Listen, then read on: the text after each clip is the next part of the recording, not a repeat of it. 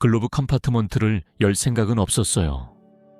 나는 단지 그 차를 팔고 싶었을 뿐이에요. 할부금은 또 연체됐고 은행에서는 하루 걸러 한 번씩 전화를 걸어오기 시작했죠.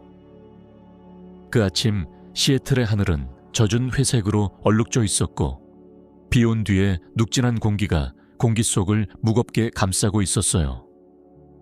나는 마치 낡은 유물처럼 주차장 끝에 놓인 민수의 오래된 세단 앞에 서서 스스로에게 말했어요. 그냥 차일 뿐이야. 하지만 손잡이를 향해 손을 뻗는 순간 손끝이 떨리기 시작했죠. 그가 죽은 지 32일째 되는 날이었어요. 병원에서 전화가 왔던 날, 동맥류라는 말과 반응할 시간도 없었다는 설명이 모든 걸 끝냈죠. 그리고 그 이후 32일 동안 우리 딸 수진이는 학교나 장 보는 얘기 말고는 10마디 넘는 말을 하지 않았어요. 그나마 했던 말들도 파편 같았고 우리 삶의 이전 버전에서 잘라낸 조각들 같았죠. 이질적이고 어디에도 끼워 맞출 수 없게 변해버린. 그날 아침 나는 혼자 주방에 있었어요.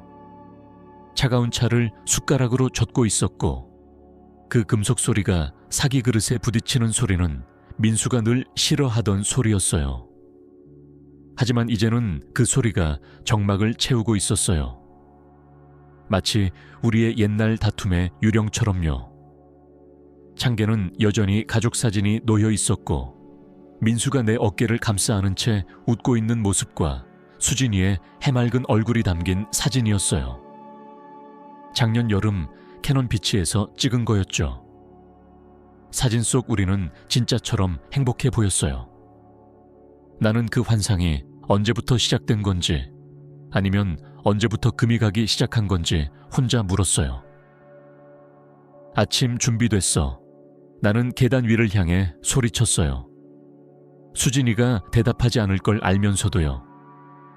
그녀의 방문이 몇 분 전에 쾅 하고 닫혔거든요. 그 소리는 날카롭고 단호했어요. 17이라는 나이는 원래도 힘든 시기인데 그 나이에 상실을 겪는다는 건 거의 잔인한 일이죠. 하지만 내 딸이 점점 낯선 아이로 변해가는 걸 지켜보는 건 또 다른 종류의 고통이었어요. 차는 장례식 이후 손도 대지 않은 듯한 모습으로 꽃가루와 먼지가 뒤섞인 얼룩으로 덮여 있었어요. 민수는 매주 일요일마다 그것을 닦고 윤을 냈어요. 그는 차를 보면 그 남자가 어떤 사람인지 알 수 있다고 믿었죠. 나는 그런 건 상관하지 않았어요. 나는 단지 가스 요금만이라도 내고 싶었을 뿐이에요. 나는 부엌 서랍에서 여분의 열쇠를 꺼내 들고 밖으로 나왔어요. 다시 안개처럼 내리는 시애틀 특유의 이슬비가 시작됐고 젖지 않는 듯하면서도 스며드는 그 습기가 피부 속으로 파고들었죠. 나는 조용히 운전석에 올라타 문을 닫았어요. 차 안공기는 텁텁했지만 확실히 그 사람이 남긴 냄새가 있었어요. 삼나무 향, 남성용 향수, 오래된 가죽의 냄새. 그리고 뭐라 말할 수는 없지만 그리움 같은 무언가가 섞여 있었죠.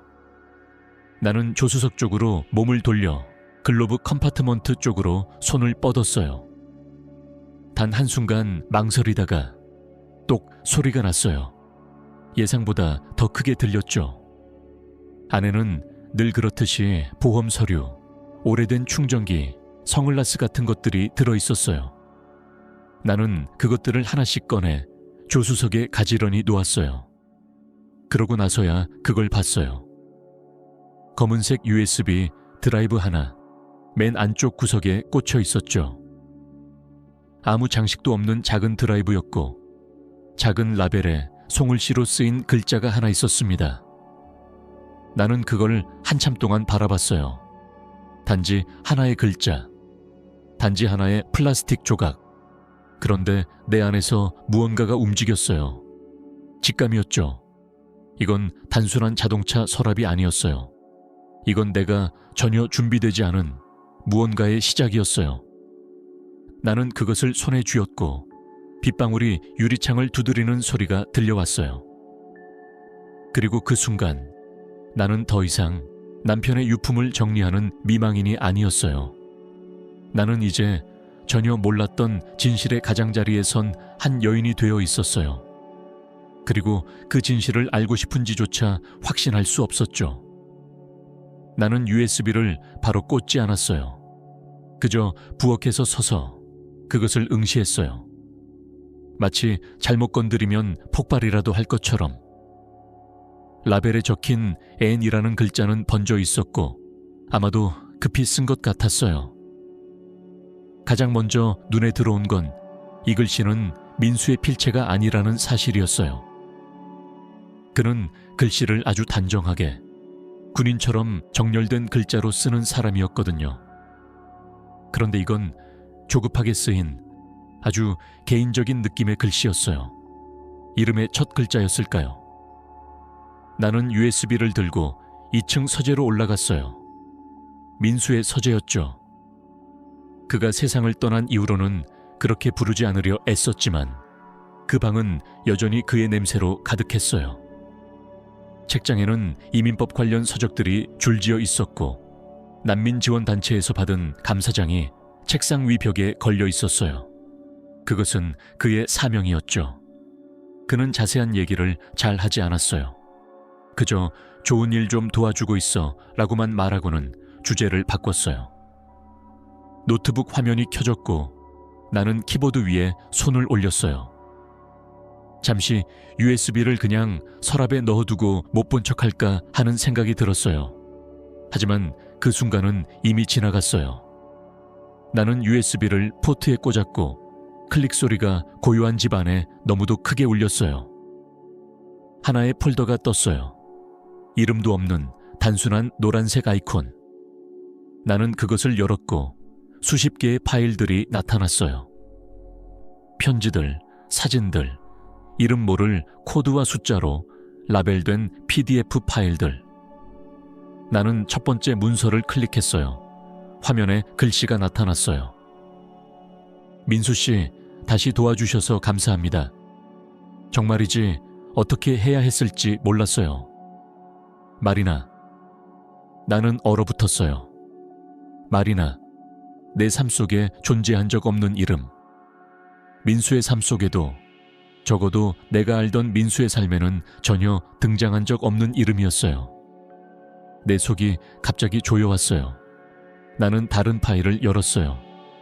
너무 무서워요. 엘리의 열이 며칠째 안 내려요. 다시 부탁하지 않기로 했었는데 혹시 진료소 쪽 도움 줄 수 있나요? 또 하나를 열었죠. 엘리가 또 당신을 찾았어요. 연 날리던 거 기억난대요. 다시 그거 하고 싶대요. 당신이 그리운가 봐요, 앤. 저도요. 입이 바짝 말랐어요. 커서는 계속 깜빡이고 있었고 마치 계속 보라고 나를 조롱하는 것 같았어요. 사진들을 열었어요. 피곤한 눈매를 가진 갈색 눈의 여인. 그리고 7이나 8살쯤 되어 보이는 남자아이. 밝은 머리색, 따뜻한 미소. 어떤 사진에는 2사람만 있었고 어떤 사진에는 민수가 그들과 함께 있었어요. 그들의 어깨를 감싸 안고 웃고 있었어요. 우리가 한때 그랬던 것처럼. 마치 아무 일 없던 사람처럼. 나는 책상에서 물러났어요. 무언가가 나를 태울 것처럼. 무릎이 휘청거렸고 의자의 등받이를 붙잡고 겨우 숨을 고르며 앉아 있었어요. 마리나는 누구였을까요? 그 아이는? 민수는 도대체 어떤 사람이었을까요? 바로 그때 문 열리는 소리를 들었어요. 너무 늦었죠?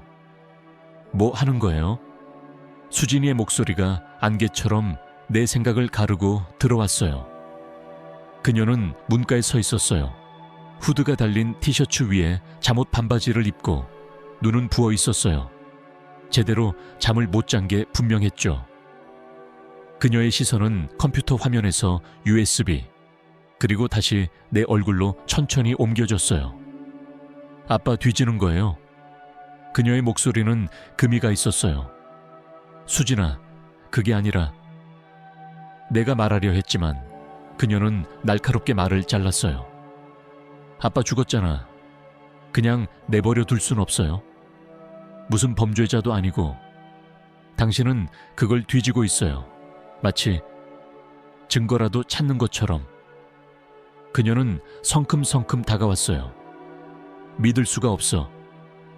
그녀는 등을 돌렸고 방문을 쾅 닫고 나가버렸어요. 나는 멍하니 화면을 바라봤어요. 그 속에는 내가 전혀 알지 못했던 남편의 모습이 있었어요. 이제 그것은 내 딸의 분노 속에 살아 숨 쉬고 있었고 또 어떤 낯선 사람의 눈동자 속에도요. 그날 밤 잠을 이루지 못했어요. 천장을 바라보며 누워 있었고 창문을 두드리는 빗소리는 마치 내가 이해하지 못하는 말을 조용히 속삭이는 것 같았어요.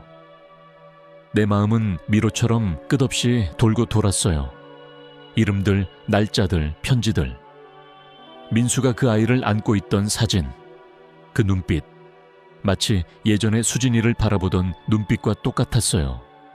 새벽녘 나는 일어나 커피를 내리고 다시 서재로 향했어요. 이번에는 조금 더 천천히 숨을 깊이 들이마시며 폴더를 열었어요. 이제는 현실을 마주할 준비가 조금은 되어 있었던 것 같았어요. 파일들은 무작위가 아니었어요.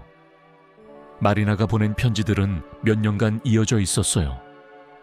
어떤 건 애틋했고 어떤 건 절박했죠. 그러나 언제나 빠지지 않는 이름이 있었어요. 엘리. 그 아이는 모든 메시지에 등장했어요. 나는 민수의 이메일을 뒤졌어요. 대부분은 잠겨 있었지만 하나는 아직 로그인된 상태였어요. 받은 편지함은 텅 비어 있었어요. 아마 USB에 모든 개인적인 것들을 따로 저장해둔 거겠죠. 나는 몇 주간 무시해왔던 금융거래 내역도 확인했어요. 숫자가 아니라 패턴을 찾기 위해서였어요. 그리고 있었어요, 패턴이. 매달 1일과 15일, 정확히 같은 날에 소액 송금. 티 나지 않을 만큼 작지만 누적되면 꽤 큰 금액이었어요. 수천 달러가 같은 계좌로 빠져나갔어요. 수취인 이름은 마리나가 아니었어요. MA라는 이니셜 뿐이었죠. 하지만 나는 더 이상의 단서가 필요 없었어요. 나는 계좌번호를 복사하고 USB에 저장된 스캔 문서를 뒤졌어요. 3년 전 서명된 임대 계약서 하나가 있었고 주소가 눈에 확 들어왔어요. 시애틀 남부 레이니어 밸리. 내가 거의 가본 적 없는 동네였죠. 마지막으로 그 근처에 갔던 건 수진이가 아직 교정기를 끼고 있었을 때였어요. 우리는 콜롬비아 시티 근처에서 열리는 미술 전시를 보러 갔고 민수가 일부러 먼 길로 돌아가자고 했어요. 그때는 교통체증을 피하려고 그런 줄 알았는데 이제 와서 보니 꼭 그런 이유는 아니었던 것 같아요. 나는 수진이에게 말하지 않았어요. 그녀는 어젯밤 이후로 나와 말을 섞지 않았죠. 부엌 카운터에 쪽지 하나 남겨두고 내 오래된 스바루 열쇠를 챙겨 나왔어요. 길은 아직도 젖어 있었고 구름은 더 무거워 보였어요. 시애틀의 아침은 언제나 수채화처럼 부드럽지만 그날은 유난히 덜 선명했어요. 운전하는 내내 무슨 말을 할지 머릿속으로 수없이 되뇌었어요. 그 사람의 아내입니다. 아니야. 편지를 발견했어요. 너무 공격적이야. 그냥 알고 싶어서요. 아마 그게 진심에 가장 가까웠을 거예요. 도착하는데 40분이 걸렸어요. 낡은 투층 아파트 건물. 타코 가게와 빨래방 사이에 자리 잡고 있었고 외벽 페인트는 벗겨져 있었고 자전거 거치대는 녹슬어 있었지만 입구 옆에 작은 정원에는 라벤더와 세이지가 가지런히 심겨 있었어요. 나는 건너편에 차를 세우고 그냥 앉아 있었어요. 뭘 기대했는지도 모르겠어요. 하지만 준비도 안 됐는데 그들을 보게 되었어요. 건물에서 나오는 여인, 장을 든 봉지를 손에 든 채 긴 머리를 뒤로 묶고 있었어요. 그 뒤를 따라 백팩을 맨 아이가 계단을 뛰어내려 왔고 너무 빠르게 말해서 그녀가 따라잡기 힘들 정도였어요. 그녀는 웃었어요. 멀리서 봤지만 그 아이가 엘리라는 걸 단박에 알 수 있었어요. 밝은 머리카락, 낮게 기울어진 코, 웃을 때 올라가는 입꼬리. 민수의 모습이 그대로 녹아 있었어요. 내가 내려서 말을 걸었어야 했어요. 뭐라도 했어야 했어요. 하지만 나는 그러지 못했어요. 나는 그저 운전대만 꼭 잡은 채 차 안에 얼어붙어 있었어요. 마치 그것만이 나를 부서지지 않게 붙잡아주는 유일한 끈인 것처럼요. 건너편에서 마리나는 코트를 고쳐 입고 엘리를 재촉했고, 엘리는 모퉁이에 서 있던 누군가에게 손을 흔들었어요. 그들은 사라졌고 나는 그 자리에 남았어요. 울지도 소리치지도 않았어요. 그저 조용히 무너지는 기분이었어요. 소리조차 나지 않는 붕괴. 내 안에 무언가가 조용히 부서진 채. 집에 돌아왔을 때 하늘은 더 짙은 회색으로 물들어 있었고 집 안은 왠지 더 차갑게 느껴졌어요. 수진이는 부엌에 없었어요. 어젯밤 설거지하지 않은 접시가 그대로 싱크대에 있었고 내가 남긴 쪽지는 제자리에 있었어요. 그녀의 방문은 닫혀 있었고 나는 노크하지 않았어요. 또 싸울 기운이 없었거든요. 대신 차를 끓이며 창밖을 바라봤어요. 뒷마당의 나무가 색을 바꾸기 시작했어요. 금빛과 붉은빛이 섞인 잎사귀들, 초가을의 무게를 버티고 있는 듯 했죠. 나는 뒤에서 들려온 작은 소리를 거의 놓칠 뻔했어요. 다 읽었어. 수진이의 목소리는 낮고 조심스러웠지만 날카로웠어요. 나는 돌아섰고 그녀가 계단 옆에 서 있는 것을 봤어요. 손에는 그 USB가 들려 있었고 볼은 붉게 달아올라 있었어요. 그녀는 울었어요. 눈이 부어 있었고 입술은 꽉 다물려 있었죠. 나는 아무 말도 하지 못했어요. 차 안에서 찾은 거지? 그녀가 물었어요. 사진들, 편지들, 전부. 나는 고개를 끄덕였어요. 찾으려고 한 게 아니었어. 나는 말했어요. 그냥 팔기 전에 정리하려고 했던 것뿐이야. 그녀는 한숨을 내쉬었고 목소리는 금이 간 채로 이어졌어요. 그게 진짜야? 아빠, 다른 가족이 있었던 거야? 나는 숨을 삼켰어요. 그게 가족이었는지 모르겠어, 수진아. 나도 몰라. 그녀는 천천히 고개를 저었어요. 거짓말하지 마. 지금은 제발. 나는 한 발짝 다가갔지만 그녀는 몸을 뒤로 물었어요. 당신은 항상 내가 아빠랑 가까운 거 싫어했어. 늘 실망한 눈빛이었지. 나한테도 아빠한테도. 그녀의 눈동자가 흔들렸어요. 이제 아빠 죽고 나니까 당신은 아빠가 틀렸다는 증거라도 찾은 것처럼 구는 거야. 당신 말이 맞았다고 증명하고 싶은 거지. 그게 아니야. 나는 속삭였어요. 나도 이걸 원하지 않았어. 그녀의 손이 떨렸어요. 그런데 당신은 계속 읽었잖아. 멈추지도 않았고. 응, 멈추지 않았어. 나는 조용히 인정했어요. 그녀는 천천히 고개를 끄덕였고 눈에 다시 눈물이 맺혔어요. 이게 너무 싫어. 아빠가 여기 없다는 게 싫고 그가 왜 이걸 우리한테 숨겼는지도 모르겠고 이제는 내가 그 사람을 도대체 누구라고 생각해야 할지도 모르겠어. 그녀는 말을 멈추고 마지막 한마디를 던졌어요. 그리고 당신이 나한테 이걸 보여줘서 그게 더 싫어. 그 말은 뺨을 후려치는 듯 아팠지만 나는 물러서지 않았어요. 그녀는 등을 돌렸어요. 할머니 집에 갈 거야. 수진아, 안 돼. 나는 외쳤지만 그녀는 벌써 계단을 올라가고 있었어요.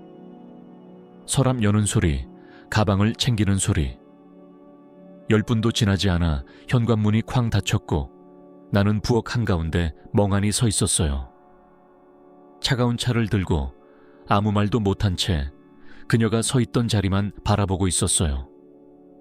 얼마나 많은 조각으로 마음이 부서질 수 있는지, 그리고 얼마나 조용히 아무 소리도 없이 무너질 수 있는지 나는 그날 처음으로 알게 됐어요. 다음 날 아침 나는 다시 민수의 서재에 앉아 있었어요. 그가 남긴 삶의 잔해들 사이에. 책상은 여전히 깔끔했어요. 마치 금방이라도 돌아올 사람처럼. 그 방의 침묵은 집 안 어느 곳보다도 무거웠어요. 나는 그냥 서 있었어요. 뭔가를 찾으려는 마음도 있었지만 사실 무엇을 원하는지도 모르겠었죠. 그저 뭔가 마지막 힌트라도 있기를 바랐어요. 그러다 문득 USB 안에 있던 문서 한 줄이 떠올랐어요. 모든 문서는 금고 보관함에 보관됨. 열쇠는 오른쪽 서랍 커프스링크 상자 안. 나는 천천히 움직였어요. 마치 그 서랍을 열면 다시는 원래대로 돌아올 수 없을 것처럼 무서웠어요. 상자 안에는 영수증 더미, 클립으로 고정된 넥타이들, 그리고 우리가 결혼 5주년 때 내가 선물한 나무 커프스링크 상자가 있었어요. 뚜껑을 열자 작은 은색 열쇠 하나가 들어있었어요. 숫자 태그와 함께 도심은행 로고가 새겨져 있었어요. 나는 누구에게도 말하지 않고 차를 몰고 은행으로 향했어요. 별 생각도 없이. 창구 직원은 민수의 이름을 듣자마자 고개를 끄덕였어요. 그는 이곳에 자주 들렀다고 했어요. 서명을 확인한 뒤 그는 나를 개인 금고실로 안내했고 조용히 나를 혼자 남겨두었어요. 금고 상자는 비밀번호가 필요하지 않았어요. 그 단순한 열쇠 하나로 열렸죠. 상자 안에는 두툼한 폴더 하나, USB 3개, 그리고 내 이름이 적힌 봉투 하나가 들어있었어요. 숨이 멎을 뻔했어요. 나는 폴더를 먼저 열지 않았어요. 그 편지를 먼저 열었죠. 민수의 필체였어요. 약간 급하게 쓰였지만 분명히 그의 글씨였어요. 기울어진 각도, 굵기, 여백까지. 너무 익숙한 글씨였어요. 은정에게 이 편지를 읽고 있다면 무슨 일이 생긴 거겠지. 어쩌면 나는 떠났고 어쩌면 네가 USB나 파일들을 이미 봤을 수도 있겠지. 시간이 많지는 않지만 진실만은 남겨야겠다고 생각했어. 모두 다. 그는 잘못을 했다고 고백했어요. 서서히, 천천히. 그는 마리나를 처음 만났던 날을 말했어요. 불법 체류자 진료소 봉사 중에 그녀가 아픈 아기를 안고 나타났고 낯선 땅에서 홀로 두려움에 떨고 있었대요. 그리고 우리가 한동안 냉랭하고 말도 제대로 하지 않던 시절 그는 선을 넘었대요. 단 하룻밤이었다 라고 그는 썼어요. 하지만 그 밤이 모든 걸 바꿔버렸다고. 잊을 수 있다고 생각했고 지우고 넘어가려고 했대요. 하지만 아이가 있다는 걸 알게 된 순간 그건 불가능해졌다고 했어요. 내가 널 잃을까봐, 수진이를 잃을까봐 두려웠어. 보호하려고 했다고 생각했지만 사실은 나 자신을 지키고 있었던 거야. 세상이 조용했어요. 나는 의자에 앉았고 손에 들린 편지가 흔들리고 있었어요. 그가 쓴 마지막 문장에 눈이 멈췄어요. 만약 내가 자격이 없어도 날 믿어준다면 마리나가 아니라 엘리를 지켜줘. 그는 아직 아이야. 아무것도 잘못하지 않았어. 그리고 수진이를, 무엇보다도 수진이를 보호해줘. 내가 남긴 게 그녀에게 해가 된다면 어떤 대가를 치르더라도 지켜줘. 모든 자료는 폴더에 들어있다고 했어요. 이름들, 계좌들, 입양 서류, 후견 문서, 진료 기록. 나는 편지를 다 읽고도 울지 않았어요. 그저 멍하니 앉아 있었어요. 무너지는 것도 아니고 치유되는 것도 아니고 그저 모든 게 비뚤어져 보이는 느낌이었어요. 하지만 처음으로 모든 퍼즐이 맞춰지는 듯한 명확함이 있었어요. 나는 바로 집으로 가지 않았어요. 은행 앞에 차를 세우고 한참을 그 자리에 앉아 있었죠. 시내는 변함없이 바쁘게 움직이고 있었어요. 인도에서는 공사 인부들이 시끄럽게 인도를 뜯고 있었고, 양복 입은 남자는 서둘러 지나가며 전화기를 붙잡고 뭔가를 중얼거렸어요. 세상은 아무렇지도 않게 흘러가고 있었어요. 하지만 나는 단 한 장의 편지를 읽고 삶이 정중앙에서 둘로 쪼개진 사람처럼 멍하니 앉아 있었죠. 집에 돌아왔을 때 집은 조용했어요. 수진이의 방은 여전히 비어 있었고 내 휴대폰에는 시어머니에게서 짧은 문자 하나만 와 있었어요. 얘 여기 있어. 안전해. 조금만 시간을 줘. 나는 화면을 한참 바라보다가 조용히 뒤집어 카운터에 내려놓았어요. 그날 저녁 나는 민수가 남긴 폴더를 열었어요. 이름들, 통화 기록, 의료 기록. 그중 한 문서는 마리나의 영주권 신청을 돕기 위한 청원서였어요. 또 다른 문서는 출생증명서였고 아이의 이름은 엘리 김으로 되어 있었고 아버지란 란에는 분명히 김민수라고 적혀 있었어요. 나는 그 아이에 대해 생각했어요. 그리고 그 어머니, 수년간 모든 걸 감추며 홀로 버티며 살아온 여자. 민수는 그들에게 어떤 존재였을까요? 구원자? 비밀? 유령? 나는 알 수 없었어요. 단지 이제 그들 역시 나처럼 침묵과 거짓의 무게 속에 갇혀 있었다는 사실만큼은 분명했죠. 다음 날 아침 나는 다시 레이니어 밸리로 향했어요. 이번에도 연락 없이, 아무런 예고도 없이. 차에서 내린 나는 길을 건너 그녀의 집 앞에 섰어요.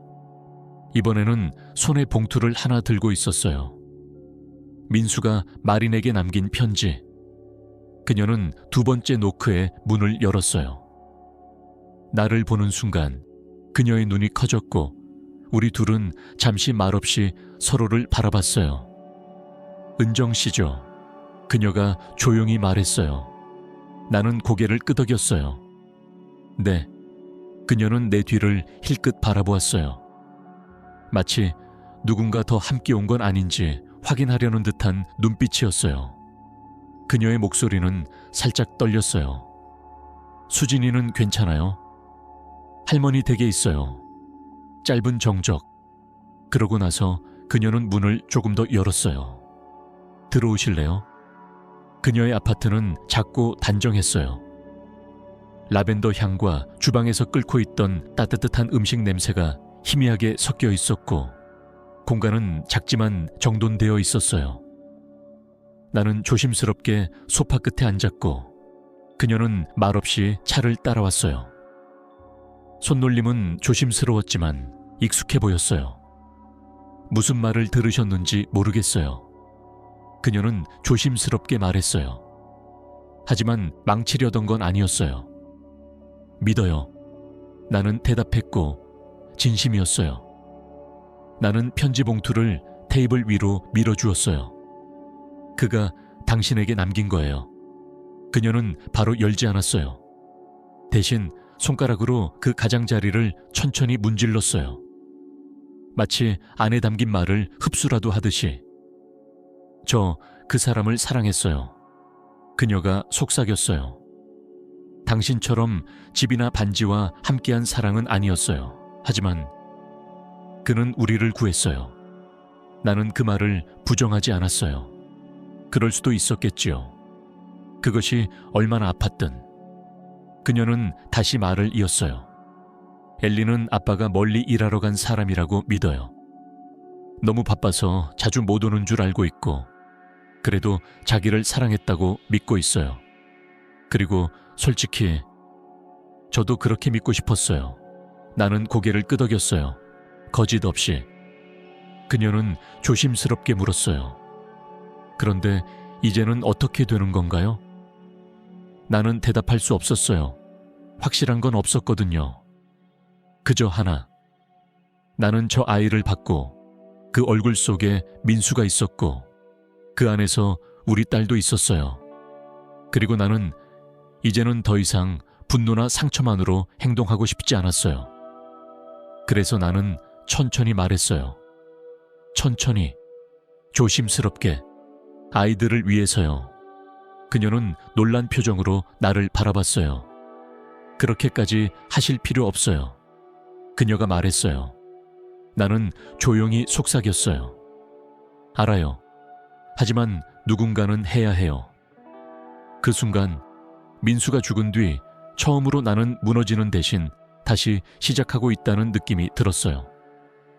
완전히 새로 시작은 아니었지만 진실에서부터 출발하는 시작. 거짓 없는 자리에서 비로소. 수진이는 3일 뒤에 집으로 돌아왔어요. 아무 말도 없이, 문자도 없이.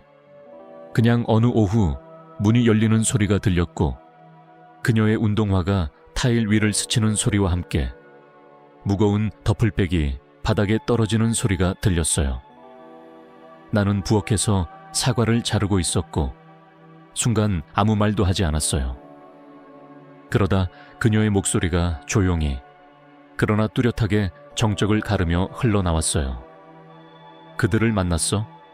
나는 고개를 들지도 않고 대답했어요. 응. 그녀는 한 걸음 더 다가왔고 다시 물었어요. 어땠어? 나는 조용히 칼을 내려놓았어요. 복잡했어. 쉬운 건 아무것도 없었어. 하지만 그 사람들 괴물은 아니었어. 마리나는 악역이 아니야. 그냥 힘든 선택을 했던 사람이야. 아빠도 그랬고 나도 그랬고. 수진이는 짧게 숨을 들이켰고 쓴웃음을 지었어요. 선택들, 결국 다 그거지. 나는 천천히 돌아서서 그녀를 바라봤어요. 수진아, 네가 화난 거 알아. 당연해. 아니, 난 혼란스러워. 역겨워. 내가 아는 아빠는 영웅이었어. 그런데 이젠 그 사람이 날 진짜로 원했는지도 모르겠어. 우리가 그저 선택지였는지. 나는 그 말에 한참을 멈췄다가 다가갔어요. 그런 말 하지 마. 나도 힘들어. 가슴 찢어질 만큼. 하지만 너는 절대 두 번째가 아니었어. 넌 그의 전부였어. 나는 그걸 알아. 그는 갈라졌고 그리고 가장 나쁜 방식으로 숨겼지만 널 덜 사랑한 건 아니었어. 수진이는 턱을 굳게 다물고 팔짱을 꼈어요. 그 아이 만나고 싶지 않아. 누군지도 모르겠고 상관도 없어. 나는 고개를 끄덕였어요. 그래도 돼. 지금은 아니더라도. 언젠가는 아니더라도. 네가 정하는 거야. 다만 한 가지는 알아줘야 해. 나는 서랍에서 민수가 남긴 원본 편지를 꺼냈어요. 봉투를 건넸고 수진이는 망설이다가 결국 받아들었어요. 읽고 싶지 않아. 다 변명일 거잖아.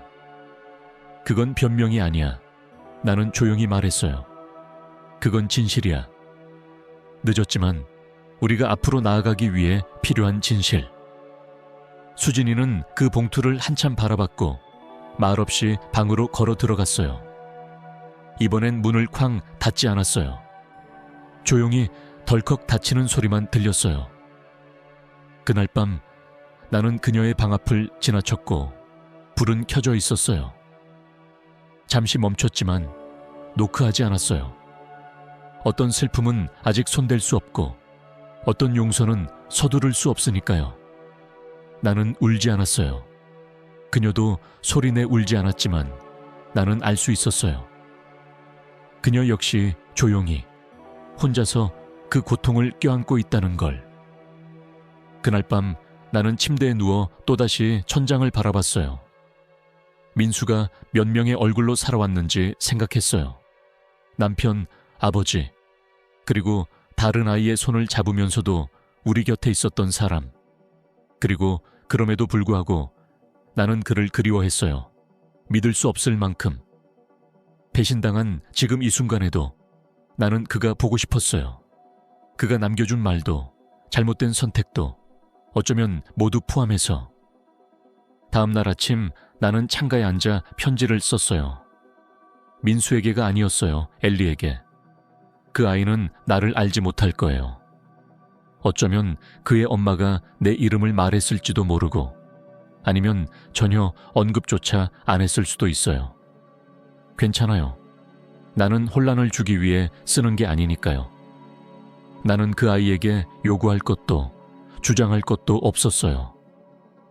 나는 단지 어떤 아이에게 어른들의 선택에 남긴 무게를 홀로 지게 하고 싶지 않았어요.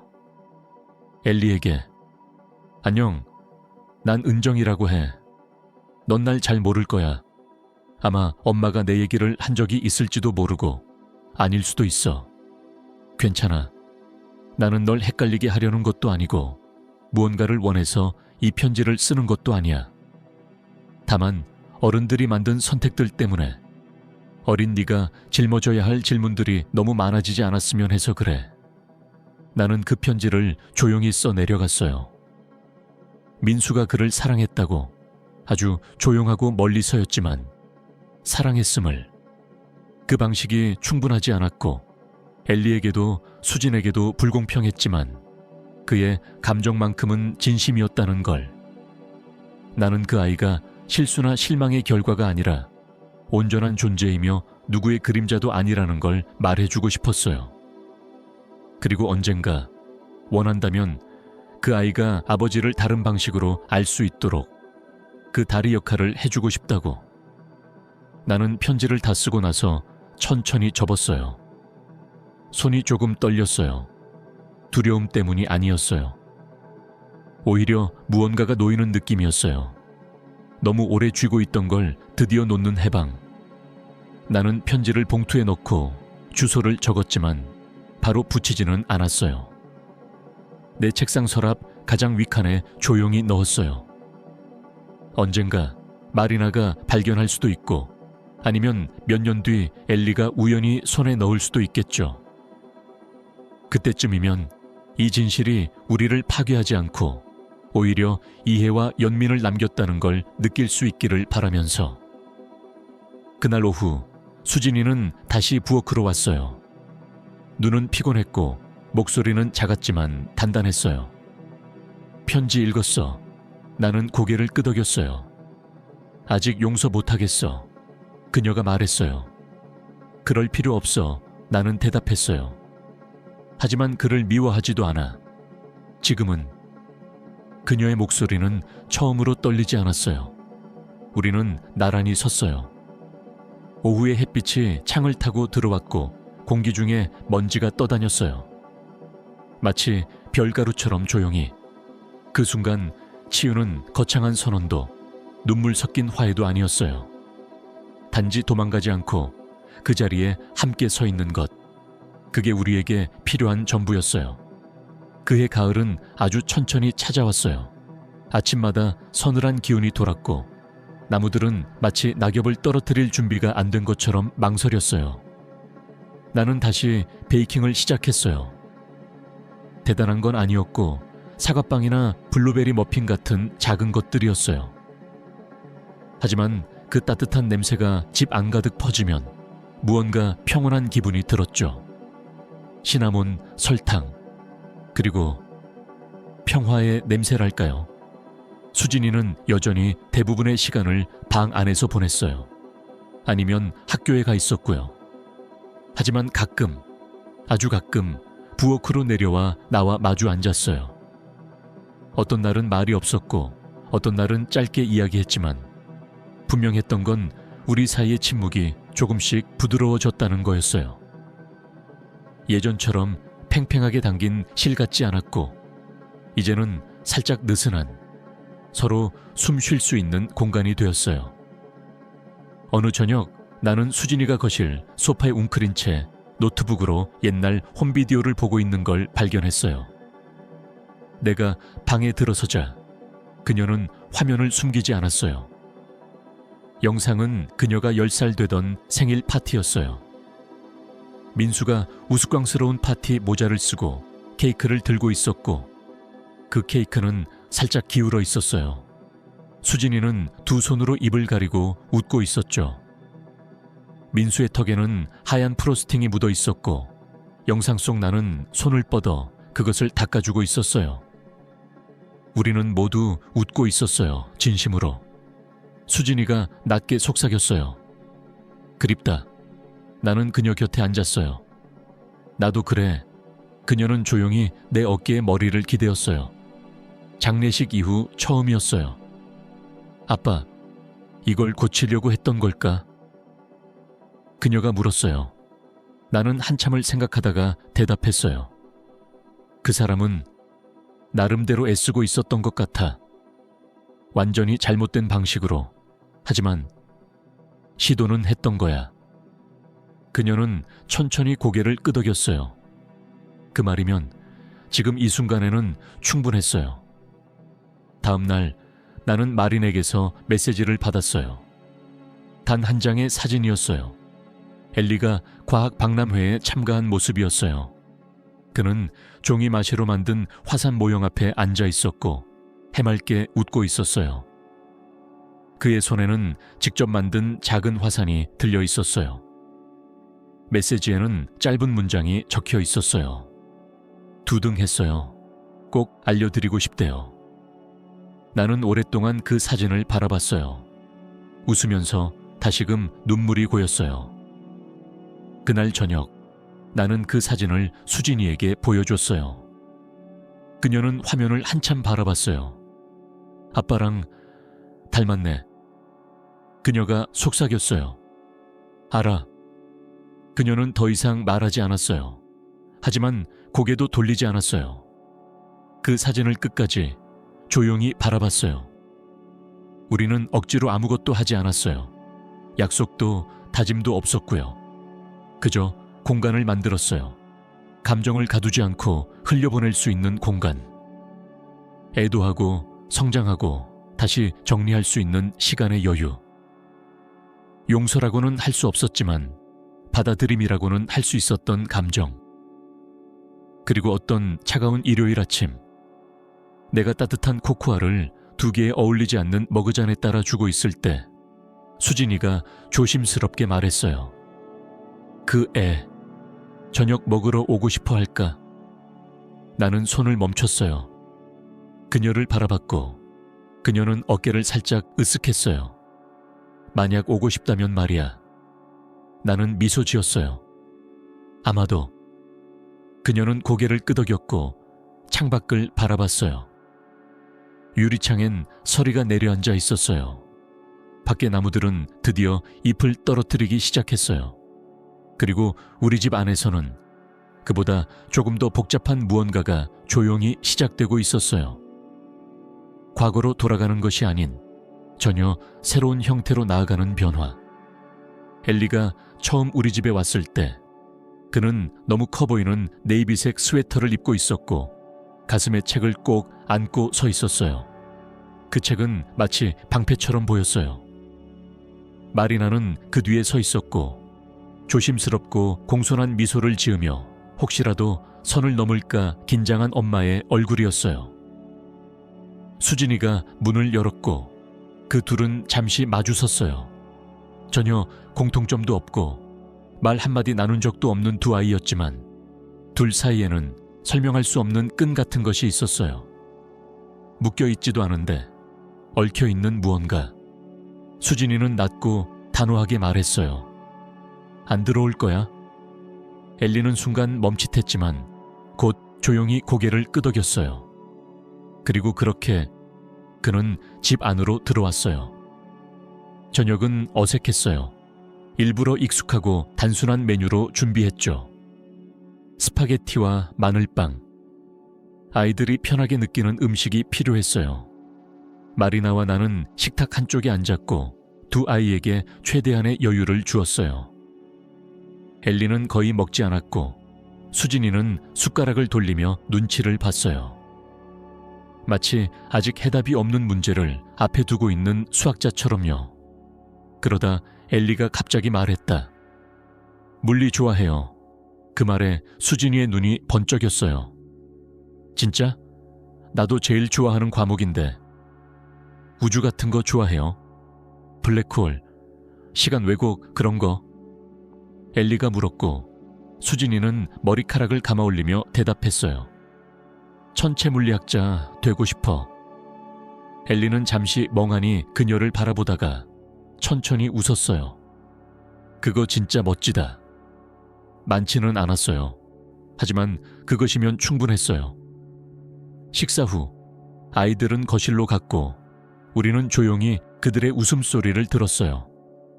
조심스럽고 간헐적인, 그러나 분명히 존재하는 웃음. 마리나와 나는 함께 설거지를 했고 말은 거의 없었어요. 하지만 손은 익숙한 조화를 이루었어요.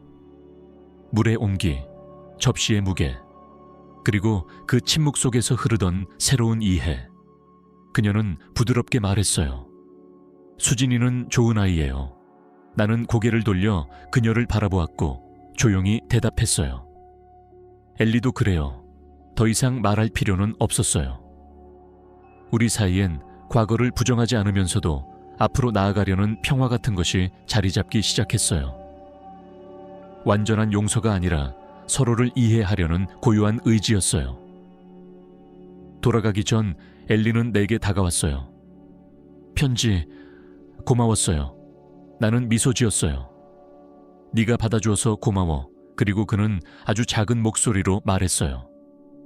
오늘도 고마워요. 좋았어요. 그 말에 가슴이 따뜻해졌어요. 언제든지 오고 싶으면 말해. 그는 고개를 끄덕였고 마리나는 내 손을 살며시 잡았다 놓았어요. 그녀의 눈에는 깊은 안도와 조심스러운 감사가 담겨 있었어요. 그들이 문을 나서는 모습을 바라보며 나는 속으로 되뇌었어요. 이제는 침묵 속으로 돌아가는 게 아니야. 부끄러움으로 덮는 관계도 아니야. 그날 밤 집안의 불을 하나씩 끄고 있었을 때 수진이가 내 옆으로 다가왔어요. 거실 창문계에 서서 그녀도 마찬가지로 밤하늘을 바라보고 있었어요. 괜찮은 아이야. 그녀가 말했어요. 나는 조용히 고개를 끄덕였어요. 맞아. 괜찮은 아이야. 그녀는 내게 몸을 기댔고 우리는 한동안 아무 말 없이 그렇게 서 있었어요. 현관의 불빛은 조용히 켜져 있었고 싱크대 안에는 사용한 컵 2개가 남아 있었어요. 그리고 우리 집은 이제 하나의 진실만이 아닌 여러 가지 진실을 품을 수 있을 만큼 넓어지고 있었어요. 몇 주가 흘렀고 그 다음엔 몇 달이 지나갔어요. 조심스러운 방문이 조금씩 자연스러운 일상이 되어갔고 엘리는 일요일마다 우리 집에 오기 시작했어요. 어떤 날은 저녁을 함께 먹었고 어떤 날은 그저 주방 테이블에 앉아 숙제를 하며 조용히 시간을 보냈어요. 나는 빨래를 개거나 사과를 깎으며 그 옆을 지났고 수진이는 같은 공간에서 자신의 과제를 하다가 가끔씩 엘리의 종이 위로 시선을 흘렸어요. 엘리는 자신이 만든 이야기, 학교에서 들은 과학 이야기, 오은 우주 상식 같은 것을 자주 이야기했고 한 번은 창가에서 자라다 시든 해바라기를 들고 왔어요. 창문가에 두었는데 겨울 햇빛이 부족했나 봐요. 그는 말했어요. 다음엔 바지를 키워볼 거예요. 수진이는 웃으며 말했어요. 같이 해보자. 그는 조금 놀란 표정으로 고개를 끄덕였고 그것으로 그날은 충분했어요. 가끔은 마리나도 함께 왔어요. 처음에는 늘 문 근처에 서 있었고 언제든 떠날 준비가 된 사람처럼 긴장해 있었어요. 하지만 어느 날 오후 그녀는 수제 타말레가 담긴 틴통과 엘리의 아기 사진 한 장을 들고 왔어요. 우리는 주방 테이블에 둘러앉아 시나몬 차를 마셨고 수진이는 조심스럽게 질문을 던졌어요. 아기 때 어땠어요? 마리나는 사진을 보며 미소 지었어요. 자기 가슴 위에서 자는 걸 좋아했어요. 조그마한 콩알처럼 말이에요. 너무 따뜻해서 심장이 녹을 것 같았죠. 나는 아무 말도 하지 않았어요. 왜냐하면 나는 민수가 엘리를 안아보는 모습을 본 적이 없었거든요. 그런 아빠의 얼굴을 직접 본 적이 없어요. 하지만 지금은 그 장면을 머릿속으로 상상할 수 있었어요. 현실의 남편이 아니라 모든 걸 숨기고 살았던 남자의 또 다른 얼굴로서. 그런 상상이 아프긴 했지만 그마저도 이제는 외면하고 싶지 않았어요. 그해 봄 수진이는 지역 커뮤니티 박람회에 엘리와 함께 과학 프로젝트를 내고 싶다고 했어요. 그들은 함께 태양계를 만들었고 각각의 행성을 손으로 색칠했으며 작은 LED 전구를 연결해 궤도에 따라 점등되도록 설계했어요. 발표 날, 우리는 체육관 뒤쪽 줄에 함께 앉았고 아이들이 나란히 무대 앞에 서서 모형을 설명하는 모습을 바라봤어요. 그들의 목소리는 조금 떨렸지만 또렷했고 송긋은 자신감 있게 움직였어요. 발표가 끝나고 박수 속에서 엘리는 붉은 리본을 들고 관중석을 향해 달려왔어요. 또 2등이에요. 수진이는 그 뒤를 따라왔고 볼은 부끄러운 반, 자랑스러운 반으로 붉게 물들어 있었어요. 목성 회전 속도 말할 때 좀 틀렸어요. 엘리가 속상해했지만 수진이는 웃으며 말했어요. 아무도 몰랐어. 너 정말 잘했어. 그가 그녀를 바라보며 웃었을 때 나는 처음으로 엘리의 얼굴에서 새로운 빛을 보았어요. 단지 민수의 흔적이 아닌 그 아이만의 밝음이었어요. 그 자신만의 존재감. 그날 밤 수진이는 내 방으로 들어왔어요. 침대 가장자리에 앉아 다리를 흔들며 마치 어린 시절처럼 내 곁에 머물렀어요. 아빠한테 화난 감정은 완전히 사라지진 않을 것 같아. 나는 고개를 끄덕였어요. 그래도 돼. 그녀는 조용히 말을 이었어요. 그런데 엘리가 우리랑 있는 건 좋아. 그게 이상하게 위로가 돼. 나는 아무 말도 하지 못했어요. 목이 메었거든요. 나도. 그 말만 겨우 꺼냈어요. 그리고 그 순간 아주 단순하고도 강력한 진실을 깨달았어요. 우리는 이야기가 어떻게 시작되는지는 선택할 수 없지만 어떻게 계속될지는 선택할 수 있다는 것. 우리는 용서를 선택할 수 있고 이해를 선택할 수 있으며 상처 속에서도 사랑을 선택할 수 있다는 것. 며칠 뒤 엘리는 저녁 시간이 되기도 전에 집에 와 있었어요.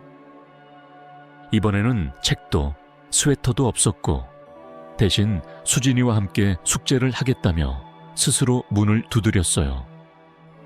마리나는 차에서 기다렸고 나는 그들을 반갑게 맞이했어요. 주방에서는 사과 시나몬 머핀이 구워지고 있었고 집 안에는 아주 옅은 음악이 흘러나오고 있었죠. 그날은 특별하지 않았지만 오히려 그래서 더 특별했어요. 아이들이 자연스럽게 나란히 앉아 머리를 맞대고 문제를 풀고 있었고 웃음도 있었고 침묵도 있었어요. 그것은 긴장해서 오는 침묵이 아니라 함께 있어도 어색하지 않은 편안한 정적이었어요. 나는 소파에 앉아 책을 들고 있었지만 페이지는 넘기지 않았어요. 그저 아이들의 모습에 집중하고 있었어요. 우리는 조용한 새 역사를 함께 쓰고 있었고 그 순간들 하나하나가 다시는 돌아오지 않을 기회임을 알고 있었죠. 몇 주 뒤 마리나는 따로 연락을 해왔어요. 엘리가 수학시험에서 좋은 점수를 받았다는 소식이었고 주방 한편에는 그 점수가 적힌 시험지가 조심스레 접혀 놓여 있었어요. 어느 날 그녀는 이런 말도 했어요. 엘리가 예전보다 웃어요. 웃을 일이 많아졌어요. 나는 고개를 끄덕이며 대답했어요. 그 애가 여기 오는 걸 좋아해요. 그건 나도 알아요. 그리고 한동안 우리 셋은 그렇게 조용히 삶을 이어갔어요. 수진이는 여전히 방에 있는 시간이 많았지만 예전처럼 닫혀있지는 않았어요. 가끔 주방에서 함께 머핀을 굽기도 했고 엘리와 함께 과학 다큐를 보기도 했어요. 그들은 서로를 아직 가족이라 부르진 않았지만 분명히 함께라는 단어에 익숙해지고 있었어요. 봄이 더 짙어졌을 무렵 수진이와 엘리는 또 다른 프로젝트를 준비했어요. 이번에는 식물 광합성 실험이었고 작고 투명한 플라스틱 박스 안에 여러 개의 화분이 놓여 있었어요. 물을 주고 빛을 조절하고 성장을 기록하고 실패하면 다시 시작했어요. 나는 그 과정을 옆에서 지켜보았고 두 아이가 무언가를 함께 키우는 모습이 내 마음을 기이하게 어루만졌어요. 어쩌면 사랑이란 다시 시작할 수 있는 능력일지도 몰라요. 부서진 자리에서 흘러간 진실을 껴안고도 다시 손을 뻗는 것. 그건 용기이기도 했고 믿음이기도 했죠. 그 프로젝트는 지역 커뮤니티 과학대회에서 또다시 2등을 했고 이번에는 엘리가 실망하지 않았어요. 처음보단 낫네요. 그는 말하며 웃었고 수진이는 그 웃음에 고개를 끄덕였어요. 나는 무대 뒤에서 마리나와 나란히 서 있었고 그녀와 내 손등이 살짝 스쳤어요. 우리는 서로를 바라보았고 손을 멀리하지 않았어요. 그날 밤 엘리는 박람회에서 받은 리본을 가방에 넣지 않고 손에 쥔 채 우리 집 앞 현관에 섰고 수진이는 문을 열며 말했어요. 올라올래? 그 말은 초대이자 허락이었고 시작이기도 했어요. 그 후로 엘리는 더 자주 오게 되었어요. 수요일에도 토요일 오후에도. 그는 냉장고에서 물을 꺼내 마시기도 했고 수진이 방에 노크도 하지 않고 들어가기도 했어요. 우리 셋이 함께 영화를 보거나 나 혼자 부엌에 있을 때 그가 뒤에서 도와드릴까요? 라고 말해주기도 했어요. 그의 목소리는 여전히 조용했지만 이제는 그 조용함 안에도 존재감이 있었어요. 마리나는 가끔씩 함께 와서 식탁에 앉았고 우리 셋이 식사를 하면서 서로의 이야기 속에 조금씩 발을 들이기 시작했어요. 아이들이 이야기를 할 때면 우리는 고개를 끄덕였고 때로는 서로를 바라보며 미소 지었어요. 그 미소 안에는 지난 시간의 상처도 화해도 여전히 남아있는 망설임도 함께 담겨 있었어요. 그리고 그 어느 흐린 봄날 저녁 우리는 모두 거실에 앉아 있었고 창밖으로는 비가 내리고 있었어요.